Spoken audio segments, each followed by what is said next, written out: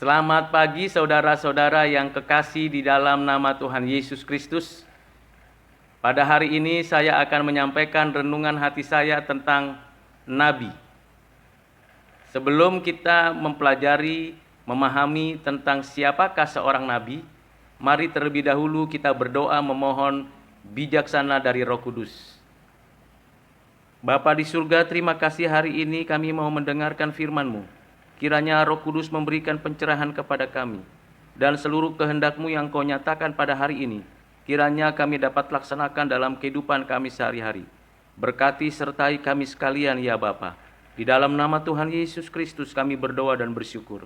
Amin.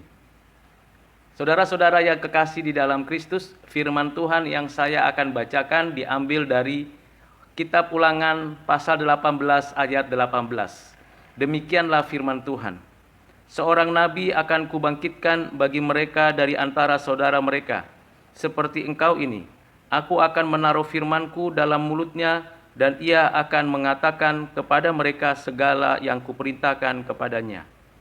Di dalam ayat ini jelas sekali bahwa Musa dinyatakan dan dipertegas adalah seorang nabi, dan akan dibangkitkan oleh Tuhan Allah seorang nabi yang lain, yang di dalam mulutnya adalah firman Tuhan, yang dijalankannya adalah kehendak Allah itu sendiri.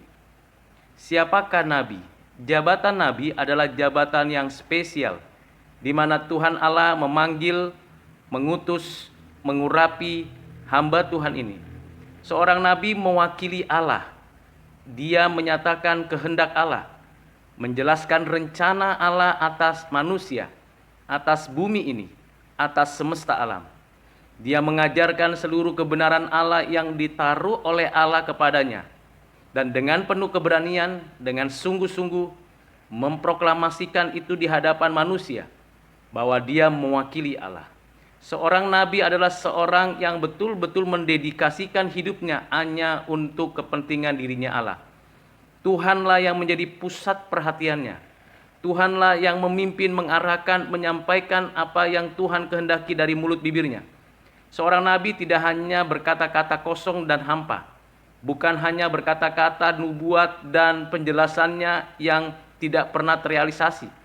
Tidak demikian. Seorang nabi adalah menyatakan kebenaran Allah dengan penuh antusias, dengan penuh keberanian, dan sungguh-sungguh kegenapan dari apa yang dikatakan itu akan segera terjadi. Di dalam perjanjian lama dan perjanjian baru, tentulah kita tahu bahwa seorang nabi betul-betul menjelaskan apa yang Tuhan kehendaki dan rencana penebusan yang Tuhan sudah tetapkan di dalam kekekalan. Musa, seorang nabi yang diutus dan dipanggil Tuhan serta diurapi oleh Tuhan untuk membawa bangsa Israel keluar dari perbudakan dari Mesir dan menerima firman Tuhan, mengajarkan hukum Taurat untuk setiap orang Israel, setiap orang yang terhisap dari berbagai bangsa yang ada di tengah-tengah bangsa Israel, agar setiap orang memiliki hubungan kembali dengan Tuhan, hubungan dengan sesama, dan bagaimana mengelola dunia ini, bumi ini dengan baik, dengan benar, dengan tepat. Musa telah mengakhiri pelayanannya. Di dalam kitab Ulangan kita mengetahui Musa kembali mengajarkan kebenaran Tuhan, hukum Taurat kepada generasi yang lahir dan dibesarkan di padang gurun. Dan Musa dengan penuh keberanian dan sungguh-sungguh menyatakan kehendak Allah. Tuhan menyatakan kepada Musa bahwa nanti akan ada nabi yang satu ini yang akan menyatakan seluruh kebenaran dan menggenapi kebenaran itu di dalam dirinya. Tentu setelah Musa, di dalam zaman kerajaan Israel, ada nabi-nabi yang dipanggil, diutus, diurapi oleh Allah. Di dalam perjanjian lama setidaknya ada 4 nabi besar yang mengajarkan, memproklamasikan, dan menegakkan kebenaran Allah. Yesaya, Yeremia, Yeskil, dan Daniel. Keempat nabi besar ini menjelaskan mengajarkan, menubuatkan tentang kedatangan Kristus, tentang kehadiran anak Allah di dalam sejarah umat manusia. Di dalam konteks zamannya, nabi-nabi ini mengajarkan kebenaran, agar setiap orang kembali menyembah Allah yang benar, menyembah Allah yang esa, satu-satunya dan tidak ada yang lain. Agar setiap orang yang mendengarkan firman Tuhan dari nabi ini meninggalkan penyembahan kepada berhala-berhala, menolak penyembahan kepada bulan, bintang, ataupun benda-benda lain, dan menolak semua pengajaran-pengajaran dan nubuat-nubuat palsu. Selain itu, Tuhan juga membangkitkan 12 nabi lain seperti Nabi Yoel, Yunus, Habakuk, Maleaki, dan nabi-nabi yang lain yang menjelaskan dan menegaskan kembali siapakah nabi yang dimaksud oleh Tuhan Allah di dalam Ulangan 18 ayat 18. Tentu kita perlu menelusuri lebih jauh dan lebih mendalam. Di sini dikatakan bahwa nabi yang dibangkitkan Tuhan itu ada dari antara mereka, ada dari antara orang Israel. Jadi nabi yang dinubuatkan di dalam Ulangan 18 ayat 18 pasti memiliki garis keturunan dari Israel, yaitu dari keturunan Yehuda. Jadi di luar itu bukan nabi yang dimaksud di dalam Ulangan 18 ayat 18. Siapakah nabi di luar yang dinubuatkan itu? Tentu bukan nabi yang dipanggil diutus oleh Allah yang benar. Mungkin dia mengaku sebagai nabi, mungkin dia menganggap diri sebagai nabi, atau orang di sekitarnya mengangkat dia sebagai nabi. Sesungguhnya itu urusan daripada manusia, mengangkat, mengakui, atau mungkin menyatakan sebagai nabi. Tetapi Alkitab menegaskan bahwa nabi yang akan dibangkitkan itu dari antara mereka. Artinya nabi itu adalah orang Israel, keturunan dari Israel. Yang kedua, nabi itu di dalam dirinya dikatakan ditaruh firman Tuhan di dalam mulutnya. Jadi firman Tuhan diletakkan di dalam mulutnya. Jadi setiap perkataannya, setiap pernyataannya, setiap apa yang diajarkannya adalah ajaran dari Tuhan. Bukan langsung menurut A, B, C, D. Tetapi langsung apa yang dikatakan Tuhan, bahwa nabi itu akan menyampaikan firman langsung dari mulutnya. Kalau ada yang mengaku-ngaku sebagai nabi, seperti yang dinubuatkan oleh Tuhan kepada Musa, dan dia berbicara bukan langsung dari mulutnya, maka itu bukan nabi yang diutus oleh Allah. Siapakah nabi yang diutus oleh Allah ini? Ia mengatakan kepada mereka segala yang diperintahkan oleh Tuhan Allah. Bukan mengatakan apa yang menurut dia saja, atau menurut orang lain saja, atau menurut kelompok atau kaumnya saja, tapi fokus menurut apa yang dikehendaki oleh Tuhan Allah. Jadi paling tidak dari ayat ini kita mendapatkan 3 syarat penting. Pertama, keturunan Israel. Dan kalau kita telusuri dan selidiki, dia adalah keturunan Yehuda. Yang kedua, keturunan ini, nabi ini menyampaikan firman dari mulutnya sendiri. Langsung dari mulutnya. Mengajarkan, menegaskan, dan memproklamasikan. Yang ketiga, nabi ini akan menaati kehendak Tuhan Allah. Siapakah yang memenuhi syarat seperti ini? Menaati kehendak Allah sempurna, benar-benar menyampaikan firman dengan otoritasnya sendiri, dan tentunya dia dari keturunan Israel. Tidak lain dan tidak bukan ialah Yesus Kristus, nabi di atas segala nabi. Dialah yang menyatakan rencana kehendak Allah, mengajarkan firman Tuhan dari mulutnya sendiri, menggenapkan seluruh kehendak Allah yang ada di dalam perjanjian lama.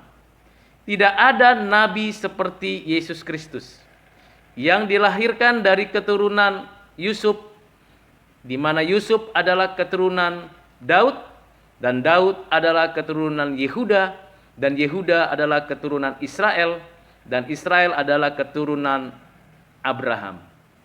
Kita tahu bahwa keseluruhan data, fakta, dan integritas daripada nabi ini betul-betul nyata dan dapat dibuktikan.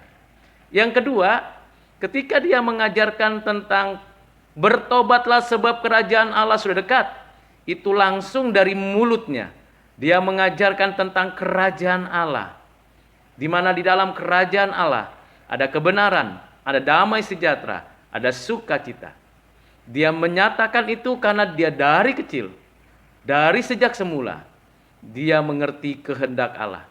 Dan sampai akhir hidupnya, dia menjalankan seluruh apa yang dikehendaki oleh Allah sendiri. Saudara-saudara yang kekasih di dalam Kristus, inilah nabi yang akan datang. Dan nabi itu sudah datang. Nabi di atas segala nabi, Yesus Kristus.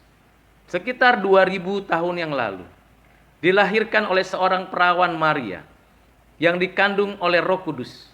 Dan nabi itu dididik, dilatih, dapat membaca, dapat menulis, menyatakan sifat kenabiannya, dan menegaskan bahwa tanda-tanda keagungan Allah ada padanya. Lebih dari 33 mukjizat yang dilakukannya, yang tidak pernah dilakukan oleh nabi siapapun kecuali Tuhan Yesus Kristus. Mengapa kita mengatakan dia adalah Tuhan? Karena ia memang adalah Tuhan. Anak Allah yang inkarnasi menjadi manusia. Dia adalah nabi yang dimaksud oleh Tuhan Allah kepada Musa. Jadi Yesus Kristus nabi yang sempurna. Apakah ada nabi lain selain Tuhan Yesus? Jelas tidak ada lagi. Nabi yang sempurna hanya Tuhan Yesus Kristus. Di luar itu mungkin ada saja kepercayaan, keyakinan dari berbagai suku, bangsa, dan etnis yang meyakini bahwa ada nabi di dalam kelompoknya, komunitasnya, etnisnya, kepercayaannya. Tetapi nabi itu bukan diutus oleh Tuhan Allah. Bukan nabi yang dimaksudkan oleh Tuhan Allah kepada Musa. Mari, saudara-saudara yang kekasih di dalam Kristus, kita kembali kepada apa yang diajarkan oleh Tuhan, memahami firman Tuhan dengan benar. Mari kita mendengarkan suara nabi ini yang sudah hadir dan menyatakan kemenangan dan menyatakan kuasa Tuhan. Dia menyerahkan nyawanya mati, menebus dosa kita yang berdosa, menebus segala kesalahan umatnya, bangkit dari antara orang mati, naik ke surga, duduk di sebelah kanan Allah Bapa, dan akan datang kembali. Tidak ada nabi yang pernah bangkit kecuali Yesus Kristus. Musa sudah mati. Nabi Yesaya, Yeremia, Yehezkiel, Daniel sudah mati. Habakuk, Yoel, Yunus, Mika sudah mati. Nabi-nabi di perjanjian lama sudah mati semua. Rasul-rasul di perjanjian baru sudah mati semua. Dan hanya Yesus Kristus yang mati dan bangkit kembali. Itulah nabi yang dinyatakan oleh Tuhan Allah, yang datangnya dari Allah sendiri, ada di antara manusia. Nabi dari Tuhan. Dialah nabi di atas segala nabi. Terpujilah Tuhan yang menyatakan dirinya kepada kita, sehingga kita mengikuti semua pengajaran nabi ini. Dan kita tahu di dalam nabi inilah, yaitu Yesus Kristus, kita mendapatkan penebusan, keselamatan, hidup kekal untuk selama-lamanya. Kiranya renungan singkat ini membawa pengertian kepada saudara dan saya, semakin mencintai Tuhan kita Yesus Kristus, nabi di atas segala nabi. Mari kita berdoa.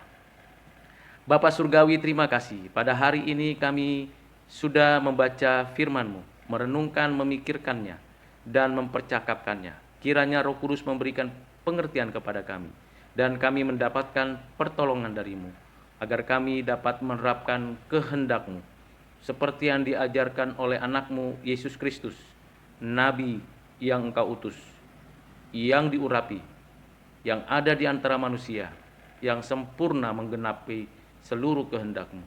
Ajar kami menuruti kehendak-Mu, seperti yang diajarkan oleh Tuhan kami, Yesus Kristus. Ya Bapa, kasihanilah kami. Berkat-Mu atas kami sekalian. Di dalam nama Tuhan Yesus Kristus kami berdoa. Amin.